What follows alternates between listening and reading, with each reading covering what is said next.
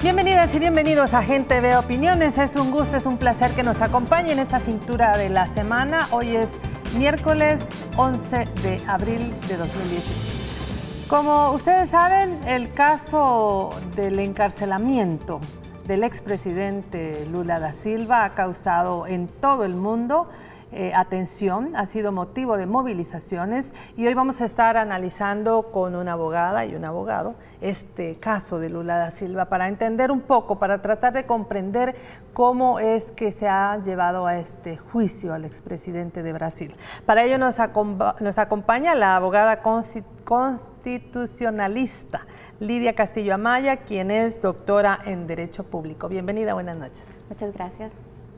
También nos acompaña Jacobo Cruz, él es abogado de la República y con él también vamos a analizarlo. Bienvenido, Jacobo. Muchas gracias, María Teresa. Un gusto estar aquí compartiendo con ustedes este panel. Bueno, como ya decía, la comunidad internacional ha manifestado su rechazo por esta situación que en realidad ha impactado no solo a América Latina, sino al mundo. El sábado 7 de abril, el expresidente de Brasil, Luis Ignacio Lula da Silva, se entregó a la policía para empezar a cumplir una pena de 12 años de cárcel por presunta corrupción. El caso está lleno de irregularidades, las cuales vamos a estar analizando esta noche, pero queremos poner en contexto a partir de una nota de Hispan TV que nos dirá la información inicial. Después de que 6 de los 11 magistrados del Tribunal Supremo de Brasil votaran a favor de su encarcelamiento, las autoridades le dictaron un plazo para entregarse. Así lo hizo Lula ante la policía en Sao Paulo el sábado, en medio de cientos de partidarios que querían evitarlo.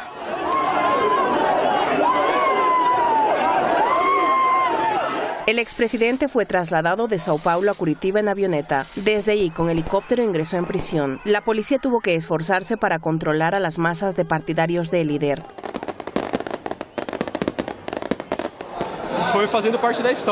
Es un momento histórico, fue un momento único aquí en Brasil y en el mundo, creo. Un expresidente perseguido políticamente así, sufriendo de acoso político de esta manera. Lula enfrenta 12 años de cárcel por presuntas acusaciones de corrupción que él niega. Pese a ello, sigue siendo el candidato favorito de cara a las elecciones presidenciales del año en curso. El exmandatario recibe también el apoyo de Latinoamérica y parte del mundo, que condenan la persecución política que sufre. En Uruguay, como ejemplo, se celebró un acto de apoyo a Lula en el día de su encarcelamiento. La democracia brasileña ha quedado golpeada y por tanto eso que redunda en todas las democracias latinoamericanas. Más allá de la figura personal de Lula, acá ha habido un proceso que es, por decir algo suave, raro. Antes de entregarse a las autoridades, Lula afirmó que el golpe de Estado contra Dilma Rousseff y la persecución que él sufre son un intento de la oligarquía y la derecha para frenar el socialismo y controlar al pueblo brasileño. Recalcó que aunque él esté en la cárcel, habrá millones de Lulas en Brasil y en América Latina que continuarán luchando por la justicia.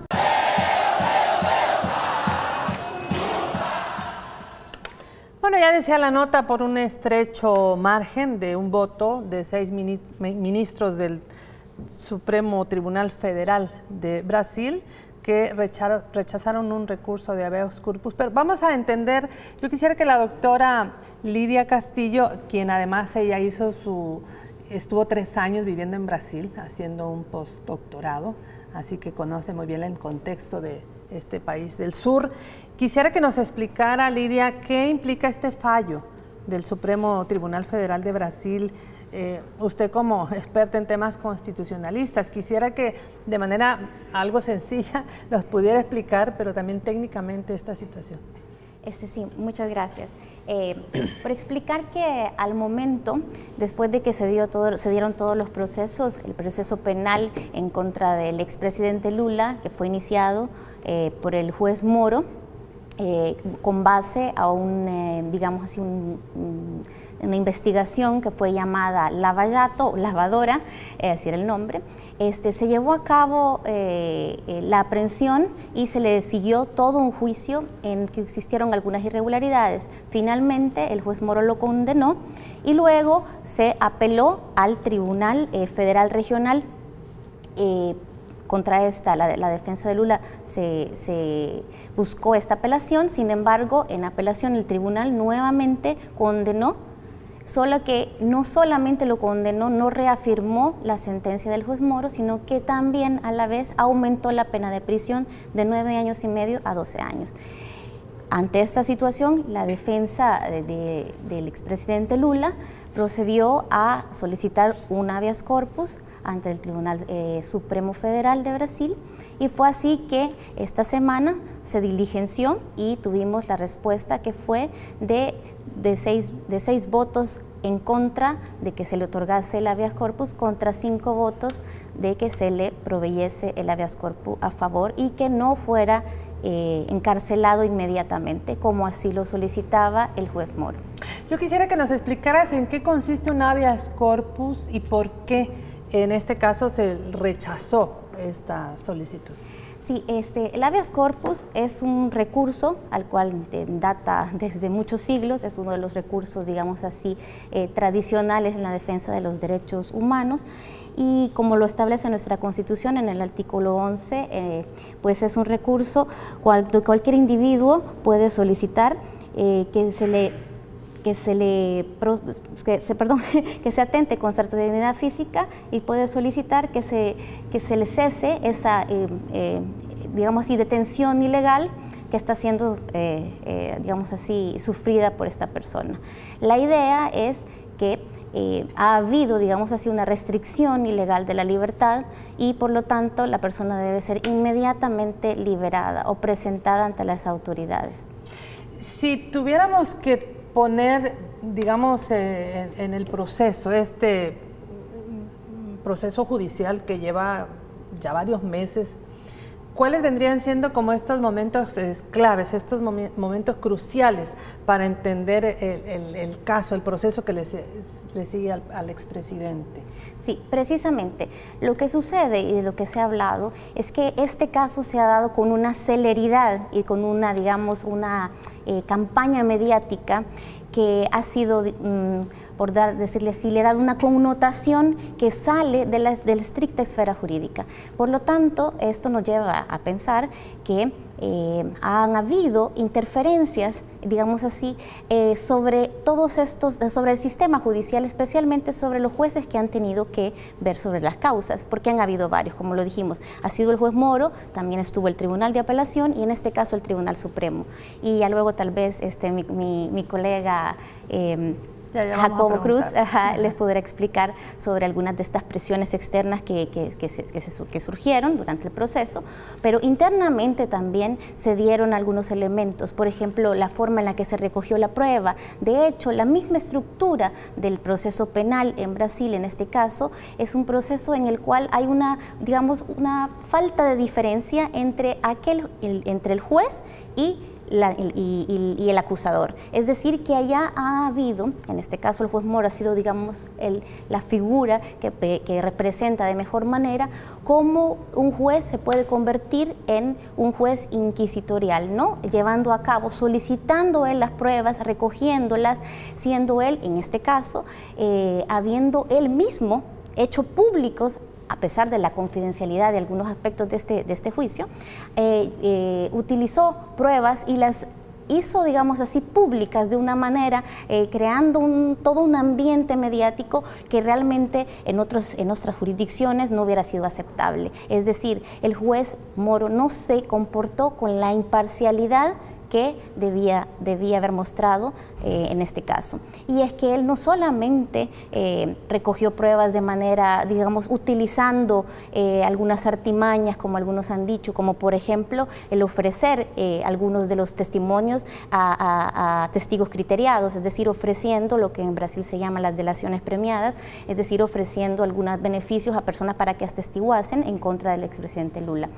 Y también se habló de que faltaba prueba material para poder realmente llegar a esa conclusión. Y de hecho, el juez Moro, en este caso, apela también a la libre convicción, digamos, de la apreciación de la prueba, ¿no? Entonces, todos estos elementos en los cuales se mira que él se va alejando de algunos principios procesales, de la valoración de la prueba, de esta contradicción de las pruebas, es lo que lleva a pensar que realmente aquí ha habido un problema de falta de parcialidad, de imparcialidad, perdón. Sí, a ver, el caso de Brasil, Jacobo, no es un caso nuevo propiamente. Bueno, ya se hizo el juicio contra Dilma Rousseff, la también expresidenta, que continuó después de Lula, donde fue un golpe judicial y la quitaron.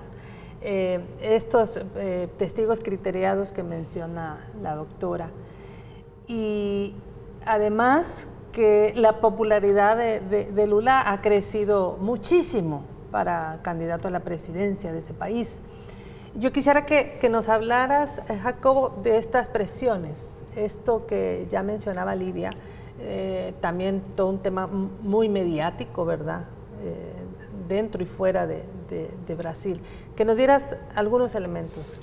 Bueno, como bien lo decías, María Teresa, Lula actualmente posee un rango de popularidad de alrededor del 36%, mientras que su contrincante, un militar, Jair Bolsonaro, le sigue con el 18%. O sea, Lula duplica a su contrincante, y es claro que en una eventual elección Lula arrasaría con la presidencia.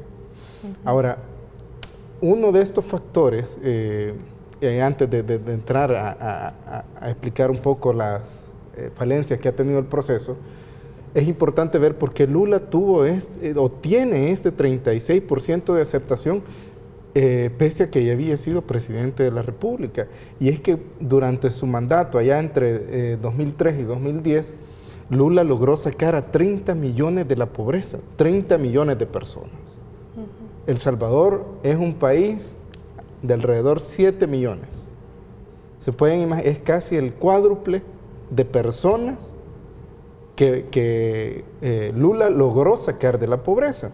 Ahora, a eso también se puede ver algunos factores como el crecimiento que tuvo la economía, ya que se descubrieron nuevos yacimientos de petróleo, las alianzas que tuvo Lula con la República Popular de China a través del intercambio de materia prima, la soya inclusive, y el liderazgo y el orgullo nacional que representó Lula y representa Lula, un ex obrero metalúrgico que sale de la extrema pobreza y alcanza la presidencia. Todos nos podemos identificar con alguien como Lula, ¿verdad?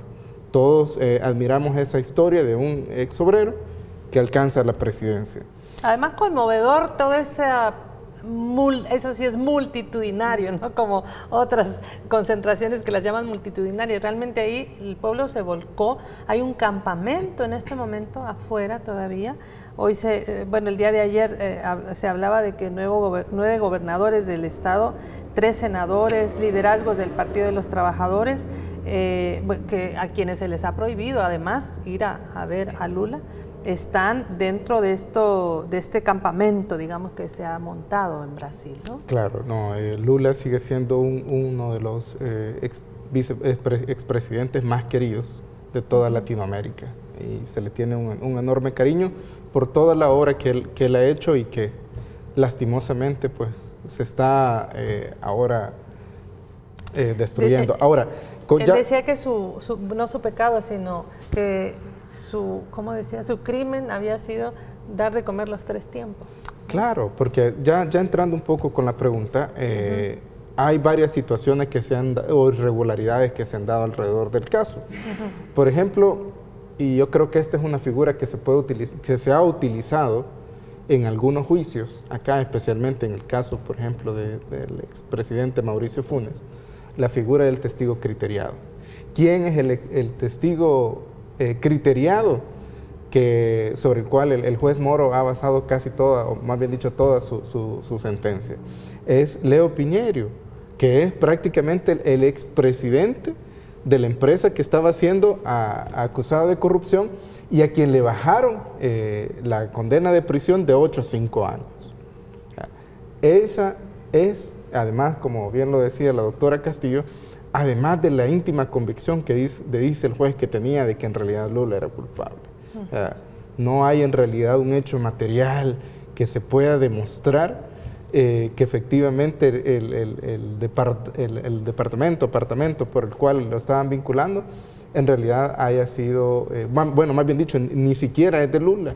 Él en su testimonio dice, miren, ese no es mío, no es de mi propiedad. No, sí, pero es suyo. Claro. No. Entonces, pues bueno, esa es una de las grandes irregularidades. Y la otra que se dio hace poco y que es algo bastante peligroso, algo que también se replicó acá en el país, es que un general retirado, Luis Gonzaga, amenazó con un golpe de Estado en el caso que el Tribunal el Supremo Federal no enviara a prisión a Lula.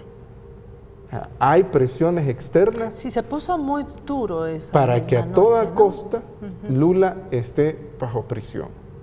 Entonces, no es, al final no son argumentos técnicos, no son argumentos jurídicos, son juicios políticos. Y esto es una tendencia que se viene dando a todo nivel y en todos los países de Latinoamérica. Entonces es algo que hay que prestar bastante atención. Ha habido una contradicción, doctora, en todo este juicio. Bueno, yo le preguntaría cómo se puede permitir semejantes irregularidades cuando sabemos que cuando los operadores de justicia se ponen de acuerdo, pueden ejercer presión. Pero en este caso, ya mencionaba Jacobo, bueno, el tema de las... Hay cuentas bancarias también, se habla de cuentas bancarias indebidas, de apartamentos que nunca ha tenido el expresidente. Y el tema de que esto que dice el juez Moro, todas las premisas que él ha puesto y que no las puede comprobar, este juicio contra el expresidente Lula se considera ya ahora entonces un juicio que lo hacen políticos, lo hacen intelectuales, lo hacen juristas, lo hacen los movimientos sociales. Es realmente una persecución judicial y política para que Luis Inácio Lula da Silva no sea presidente de Brasil. Bueno, así como lo decía Jacobo antes que yo, existen presiones externas, pero a la vez también hay elementos dentro de la forma en la que se ha llevado todo el proceso, en este caso cada una de las instancias, digámoslo así, que dejan ver que no se ha dado un tratamiento, digamos, equitativo, como se le hubiese dado a otra figura, si no hubiera, a otro reo, a otro imputado, si no hubiese sido la figura del expresidente Lula. Es decir, que puede analizarse a partir de los efectos de cómo ha actuado el judicial y todo el sistema de justicia, puede analizarse y decir que sí realmente ha habido un trato diferenciado. Un trato diferenciado porque de hecho en el habeas corpus que fue decidido hace unos pocos días, es precisamente la interpretación que hacen los magistrados que están en contra de que se le otorgue el habeas corpus al expresidente, se basa, digamos, en un entendimiento que se aleja de la tradición brasileña, constitucional brasileña. Es decir, la constitución brasileña, al igual que la nuestra, habla de la presunción de inocencia, ¿no? Que una persona no puede ser acusada antes de que sea vencida en juicio. El juicio previo también está establecido, lo tenemos aquí en materia penal, nosotros en el Código Procesal Penal. Igualmente el juicio previo dice, de manera análoga como está contenido en Brasil, es que no puede ser decretada la detención en este caso sin que exista una condena firme, una sentencia firme. Y en este caso no existía una condena firme, debido a que aún existían posibilidades de apelación y recursos. Ahí en Brasil existen lo que se llaman los recursos especiales, los recursos extraordinarios, es decir, que se permitió la detención a pesar de que aún no era firme digamos, si el proceso no había finalizado, es decir, que no hubieran terminado todos los recursos. Entonces, eso lleva a pensar que obviamente ese entendimiento que se dio, porque fue un debate el que se dio también en el Tribunal Supremo, hay que decirlo. Esto es una cuestión en la cual los 6 votos estaban en contra de otros 5 votos que estuvieron muy bien sustentados por 5 magistrados que explicaron con mucho detalle cuál era la tradición y cuál debería ser el entendimiento en pro de los derechos fundamentales, en pro, en este caso, del debido proceso y de las garantías procesales a favor del imputado. Entonces, lo que se hizo fue una decisión, una interpretación, que al final fue esa la interpretación que terminó ganando, fue en reducir, interpretar, pero reduciendo en este caso el derecho fundamental al reo, que era la interpretación más favorable al reo, no fue la que se dio, no fue a sus derechos, sino la más restrictiva, es decir, la restrictiva de su libertad.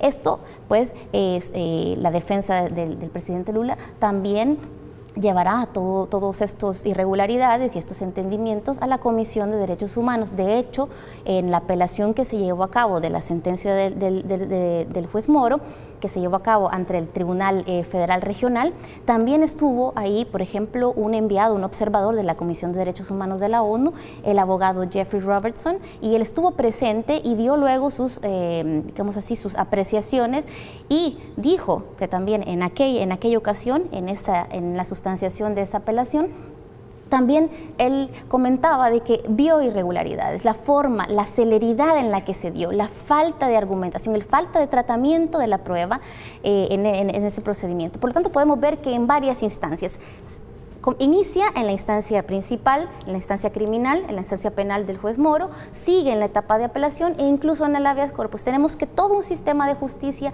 que está, digamos así, haciendo interpretaciones y aplicando la ley de manera implacable, sin ningún, digamos así, sin ninguna posibilidad de repensarse y de tomar en cuenta de ampliar los derechos, sino restringirlos y hacerlo lo más rápido posible.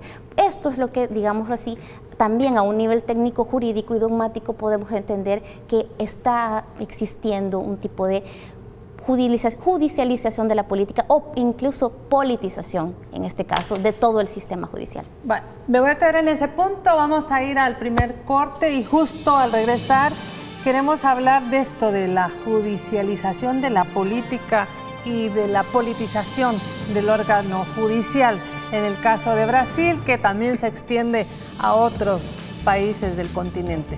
Ya regresamos, no nos cambien.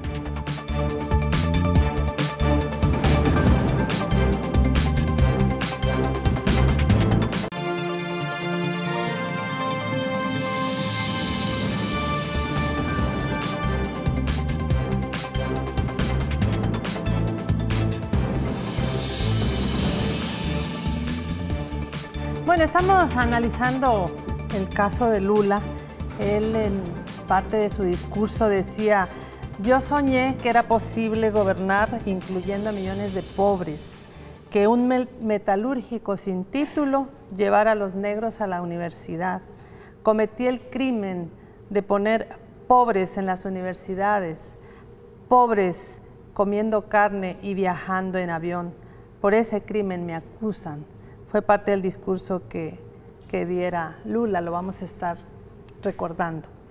A ver, Jacobo, esto de una situación que en América Latina viene dándose, presidente Zelaya, presidente Lugo, la misma Dilma, Kirchner, Jorge Glass en Ecuador, de utilizar el tema judicial en la política. ¿Cómo ves que este caso, este tipo de información, además de todo lo que hay alrededor de Lula, en el caso de los medios también de comunicación de Brasil y de América, ha jugado también un papel en esta estrategia? Bueno, yo creo que es bastante evidente que es claro, es una estrategia clara, que no únicamente es un caso aislado de Brasil, es un caso aislado de Ecuador, es un caso aislado de Paraguay, sino que la instrumentalización de los tribunales judiciales para fines políticos es un hecho a nivel latinoamericano para desestabilización de los gobiernos progresistas. Eso yo creo que es algo totalmente indiscutible. Lo hemos vivido acá a través de diferentes sentencias de la Sala de lo Constitucional en materia económica. 10, ¿verdad? En materia de... No, muchísimas más. O sea, 10 quizás solo en materia de finanzas públicas, sí, pero también está las separaciones de los funcionarios de segundo grado, la modificación al sistema electoral salvadoreño. O sea, hay toda una estrategia con el fin de desestabilización. Yo no sé si ustedes vieron, hace poco salió una sentencia que pedía que el Ministerio de Salud atendiera a una persona que estaba con cáncer. Sí. Y el tema era, si mal no recuerdo, era porque no había medicina para el tratamiento de esta persona.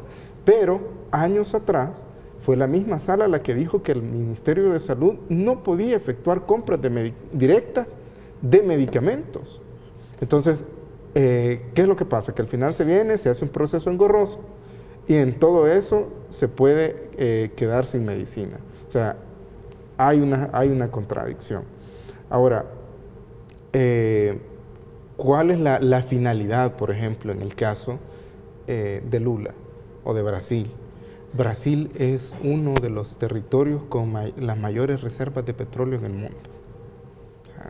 Eso es totalmente indiscutible y goza de algo que ya en muy poco tiempo va a ser más preciado todavía que el petróleo, el agua.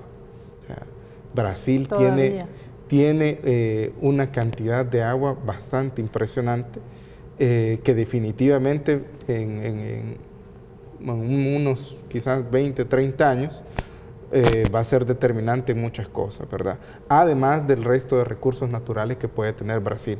Ya hay empresas que están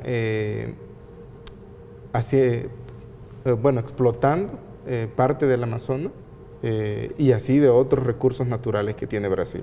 Entonces, esta lógica de desestabilizar gobiernos progresistas tiene diversos fines y la mayoría o el fin principal en estos casos son fines económicos. Además de que también con eso o con la llegada de la derecha a Brasil, ya el BRICS, la alianza formada por Rusia, Brasil, China, India, pues ya varía un poco en materia internacional. Ya Brasil puede irse echando para atrás y al final ya no va a avanzar como estaba programado en un primer momento con los gobiernos progresistas. Es una lástima en realidad que se tenga que recurrir a esto, porque quienes salen afectados no es Lula, es toda esa gente que va a perder la oportunidad de mejorar su calidad de vida nuevamente, porque, con la llegada, por ejemplo, de Temer, una de las acciones que ha hecho es el incremento de impuestos. La calidad de vida de la gente ha bajado, tanto que la aprobación ahorita de Michael Temer es del 3%. Sí. Y de Lula más del 70% quizá. Sí, podría ser más. Ahora, y con eso también hay que ver algo, y es que Temer también fue acusado de corrupción.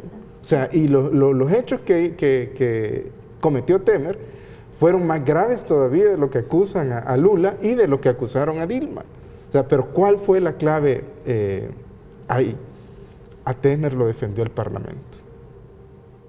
251 votos para que Temer no fuera enjuiciado contra 233 votos. O sea, al final, y por cierto, fueron los mismos congresistas que estaban acusados también de corrupción. O sea, pero, ojo, esto es porque Temer no representa gobiernos progresistas. O sea, pero en el caso de Lula, que no hay ningún tipo de prueba por ser progresista, entonces no. A él sí hay que enjuiciarlo y si es posible hay que meterlo preso. Sí, aquí se ve un claro interés. Doctora, usted hablaba antes, al terminar el primer bloque, este tema de que si el caso de Lula en Brasil, donde todo el mundo dice que es un caso político eminentemente, es el caso de la judicialización de la política, de la politización del órgano judicial. Yo quisiera que nos explicara esta situación, ¿por qué? Sí, precisamente así como ya lo ha explicado Jacobo antes, existen algunos elementos característicos de digamos, de fenómenos en el sistema de persecución penal y judicial, etcétera, en el cual podemos ver que puede haber algún tipo de manipulación, injerencia de otros intereses. Precisamente la selectividad judicial, como bien lo ha dicho Jacobo, de que se persigue a unas personas o no, la celeridad con la que esto se hace, es decir, la rapidez con la cual se tramita un juicio, el juicio del expresidente Lula, hasta el momento lleva menos de 2 años o 2 años, cuando un juicio semejante de otra persona pudiera llevar hasta 5 o 6 años para que tenga la misma, digamos, un juicio similar con este tipo de similar también de recursos, etcétera. Otro de los problemas, otra de las características que nos hace ver que esta posible judicialización de la política y politización en estos procesos es digámoslo así, la influencia que ejercen los medios de comunicación hegemónicos, en este caso las grandes redes, en este caso la red Globo, la gran red brasileña, las noticias, cómo se exacerba y cómo se vuelve, como dice, procesos penales mediáticos, ¿no? Es decir, todo en realidad se está creando una opinión pública de manera anterior y durante el proceso. Incluso los mismos jueces, en este caso el juez Moro, realizando, algunos también de los jueces que estaban en el Tribunal de Apelación, también se habían, digamos así, pronunciado personalmente, dando incluso criterios anticipados. Entonces, esto nos deja ver que los jueces están participando de la política y esta participación va en contra de la independencia judicial y de los principios de imparcialidad. Entonces, vemos que ese involucramiento constante lleva a que el judicial vaya perdiendo crédito, que el órgano judicial pierda crédito, porque no es creíble. Pero esto también se da dentro de un contexto, digámoslo así, en el cual la opinión pública también está haciendo presión desde el otro punto de vista de que se persigan los delitos de corrupción, ¿no? Entonces vemos que la balanza, tenemos una presión por la cual nadie esté encima de la ley por tratarse de un expresidente y que sea perseguido por actos de corrupción. Es una exigencia válida de la población, pero a la vez un juez no debe dejarse llevar por estas exigencias, debe ser siempre un garante del Estado de Derecho, un garante de la Constitución, un garante de los principios procesales del proceso y del debido proceso. Es decir, no puede, por el afán, digamos así, de perseguir a un cierto tipo de personalidades y usarlos como un caso emblemático para que se vea que la justicia realmente está llevando a prisión a las grandes figuras. Esto tiene digamos así, tiene como consecuencia... tiene doble filo, porque sí, al final ¿cómo van a hacer, no? Es un doble filo porque afecta en realidad la forma en la que funciona el derecho. Ya no podemos entonces basarnos estrictamente en los principios, en la Constitución, en las normas, en el Estado, en aquello que todos confiamos. Es decir, que no, ahora tenemos que, va a depender de quién sea el que está siendo juzgado. Esa selectividad judicial es muy peligrosa porque entonces se vuelve lo político, se pasa a lo judicial y lo judicial se contamina de estas cuestiones políticas, se contamina de la opinión pública. Y esto es peligrosísimo porque no solo el caso de Lula es emblemático y también estará siendo visto por otros países y por otros jueces, y esto va creando un precedente realmente peligroso por eso, porque no solamente porque se puede utilizar, como se ha dicho con esta expresión del lawfare, ¿no? Se puede utilizar los procesos penales de anticorrupción para perseguir políticamente a opositores políticos, como bien lo explicó Jacobo, sino también porque estamos llegando a un gobierno de jueces. Puede ser que yo no esté, por ejemplo, académicamente yo puedo tener una postura sobre cómo debe ser en este caso, por ejemplo, la detención o no, ¿sí? Antes de sentencia firme o no, como el caso que se ha dado en el habeas corpus. Pero todo esto se debería de poder resolver en la arena, en este caso la arena legislativa, porque si yo quiero hacer un cambio, si a mí no me gusta cómo la Constitución, las garantías que le da la Constitución o las garantías que le ofrece el Código Procesal Penal, así como sucede allá en Brasil y como podría suceder aquí también, entonces si no nos gusta, esto se debe resolver, esto se debe reformar y se debe llevar a debate democrático precisamente en donde corresponde, exacto. No es un juez el que va a él tomar una posición y solamente utilizando su discrecionalidad y su poder que tiene de decidir el derecho y de interpretar el derecho, pues no puede él venir y tomar decisiones que deberían de tomarse a partir de un sistema democrático, es decir, deberían de hacerse, pues, como usted lo decía, en la arena correspondiente, en el legislativo, donde el debate sea amplio, ¿no? Que sea amplio y pluralista, porque un juez o unos cuantos jueces decidiendo por cómo debe entenderse y modificarse la Constitución y los derechos, esto ya cae, digamos así, en el llamado gobierno de jueces, ¿no? Y en un gobierno casi que totalitario, ¿no? Selectivo, totalitario y que nadie puede controlar. Estamos transmitiendo en Facebook Live y aquí J.R. González nos dice que, bueno, los partidos de derecha de toda Latinoamérica defienden la corrupción con apoyo de Estados Unidos. Humberto Enríquez dice, pero ahora que el pueblo tiene que apoyarlo porque les ayudó, dice, tiene que ir a protestas en la calle contra la injusticia y por ser agradecidos, dice.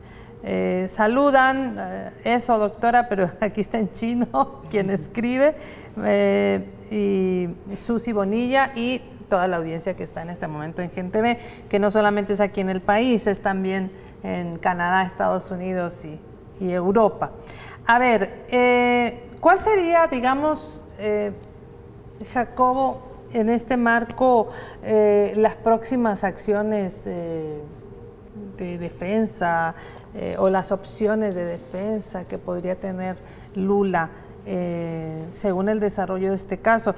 Ya se hablaba que esta mañana no dejaban ya verlo, por ejemplo, bueno, el día de ayer más bien, porque a nosotros nos llegan las informaciones un poco tarde, y hay una situación de como que se sigue violando el tema del derecho que tiene la persona a tener defensa, a tener visita, y en ese sentido hay como prohibiciones de ley que se están dando en este momento. ¿Qué seguiría? ¿Cómo ven ustedes que está la situación del expresidente? Bueno, primero quizás hacer un paréntesis y explicar en realidad también por qué todo este juicio contra Lula. Y es prácticamente para inhabilitarlo a que pueda participar en las elecciones debido a una cláusula que tienen que alguien que haya sido condenado no puede correr como presidente. Ya dicho eso, entiendo, según estaba viendo yo en algunas noticias, los abogados van a acudir nuevamente al Tribunal Supremo Federal para tratar de que Lula pueda recuperar su libertad. Pero también han acudido o van a acudir al Tribunal Supremo de Elecciones. Y esto es porque a pesar de que Lula está en prisión, pues sigue siendo el candidato del PT.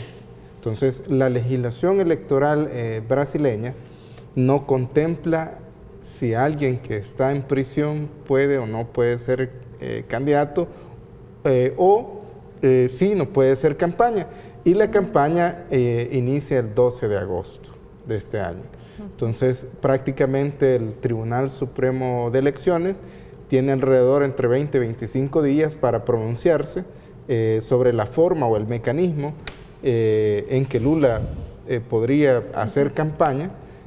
Algunos hablan de que lo va a hacer a través de medios de comunicación que van a llegar a la celda, aunque con esto que ya no lo están dejando, que lleguen visitas, se parece algo que es bastante improbable, pero hay otros que también manifiestan que es posible que el expresidente y actual candidato también del PT pueda tener horas para dedicarse a hacer campaña. Entonces, los abogados pues todavía están haciendo la batalla jurídica para que Lula recupere su libertad, pero a la vez también están haciendo para que Lula continúe con el proceso de elección, ¿verdad? Y en este caso, bueno, vamos a la última pausa. Al volver queremos también un poco saber cuáles opciones legales, pero también cuál podría ser la evolución para el caso de nuestros países, en este caso las reacciones que se han estado produciendo a lo largo de América y del mundo. Ya regresamos, no nos cambien.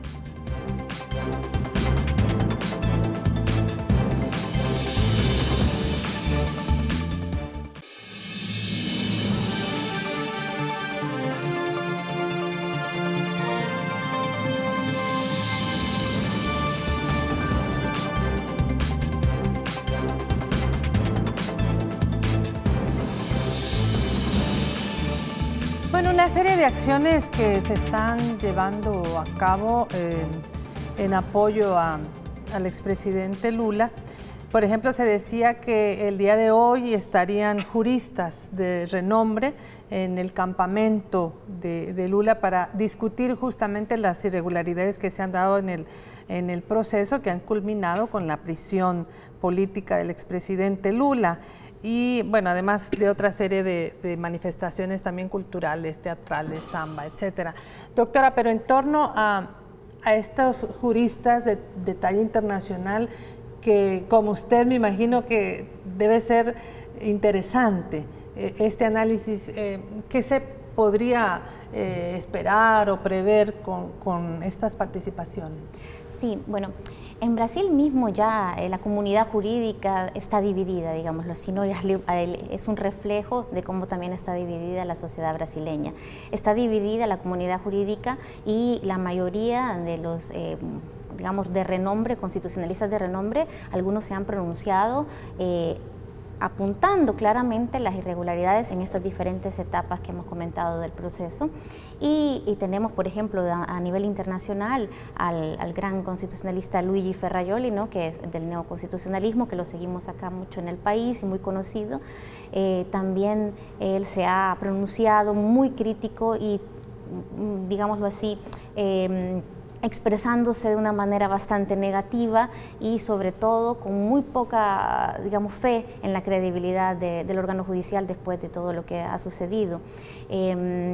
Además de él, Noam Chomsky, que ya sabemos también, un intelectual importante estadounidense, ha sido muy enfático también sobre esto, sobre estas irregularidades.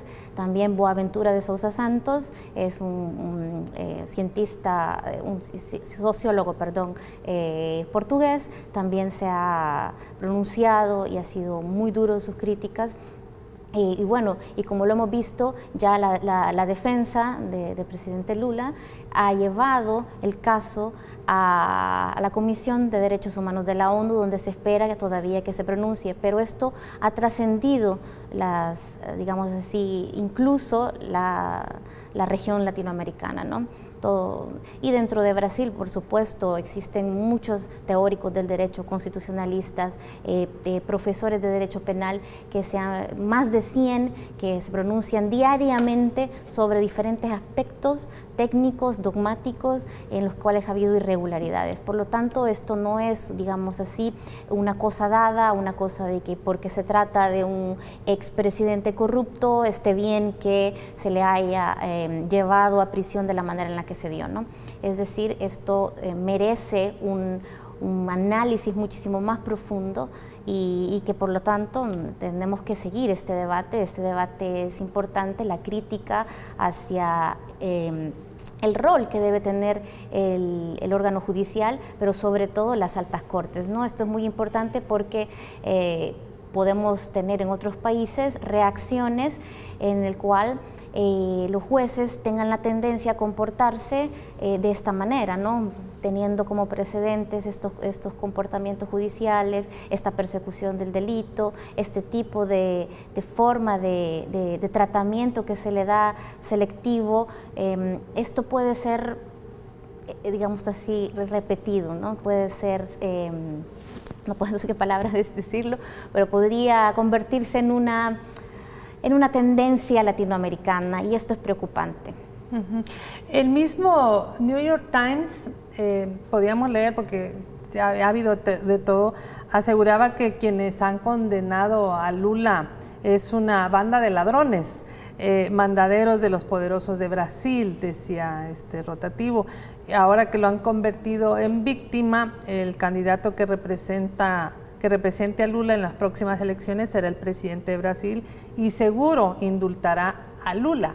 ¿Qué tan probable, a ver, Jacobo, como aquí entramos también en el marco de las especulaciones, por un lado que se pueda dar marcha atrás a este proceso tan irregular, pero por otro lado que finalmente no se pueda, pero como lo que está sucediendo en Brasil, ya decía la doctora Castillo, rebaña o extrapola a nuestros países. ¿Cómo miras esta situación, Jacob? Es que es a lo que vamos, o sea, a lo que decíamos al inicio. No hay ninguna prueba en realidad por la cual debería de haberse condenado a Lula. Sin embargo, está condenado. Hay intereses que son los que lograron que se condenara. Entonces, estos intereses van a continuar hasta que pasen las elecciones y Lula no pueda participar en ellas. Lo correcto sería que las instituciones democráticas verdaderamente funcionaran y dejaran que Lula estuviera en libertad y participara en las elecciones. Vamos a ver qué resuelven la Corte Interamericana, la Comisión Interamericana de Derechos Humanos, y pues alguna otra instancia interna a la que se haya acudido. Entendemos que hay como un plazo, ¿no?, de 15 días en el caso de Brasil para presentar algún recurso especial que pueda evaluar el mérito o la nulidad del proceso. ¿Esto es así? ¿Hay un periodo también de tiempo? Sí, en Brasil hay diferentes, no mentiría si hablo de manera específica porque no conozco precisamente cuál es, solo sé que allá las instancias son varias, ¿no? Puede llegar a existir hasta una cuarta instancia, es decir, que existen recursos especiales, existen recursos extraordinarios, hay varias instancias que todavía se puede seguir. Esto no ha terminado, esto definitivamente no está cerrado, ¿no? No hay realmente, esto no es un caso cerrado, esto no se va a quedar de la manera en la que está, esperémoslo, ¿no? Porque realmente esperamos que sea la justicia y el Estado de Derecho el que prevalezca. Ahora, un poco con cómo se extrapola a El Salvador. La idea de la corrupción es una idea general que se ha implantado en toda Latinoamérica. Gobiernos corruptos. Sin embargo, no pasa más allá. La famosa CICIG en el caso de Guatemala. Efectivamente pueden existir algunos casos, pero es una idea que se implanta más allá de una discusión sobre los verdaderos problemas que atañen a los países latinoamericanos, que uno de los más graves problemas es la desigualdad económica, ¿verdad? Y justamente, por ejemplo, Daniel Sobato, que es el director regional de IDEA, decía en el Foro Internacional de Análisis Político que organizó FUSADES, que en el tema de la corrupción no únicamente le corresponde al Estado, sino que también tiene que ver con la fiscalización que se hace a los organismos privados. Porque es cierto, hay alguien que es corrupto, pero hay un corruptor.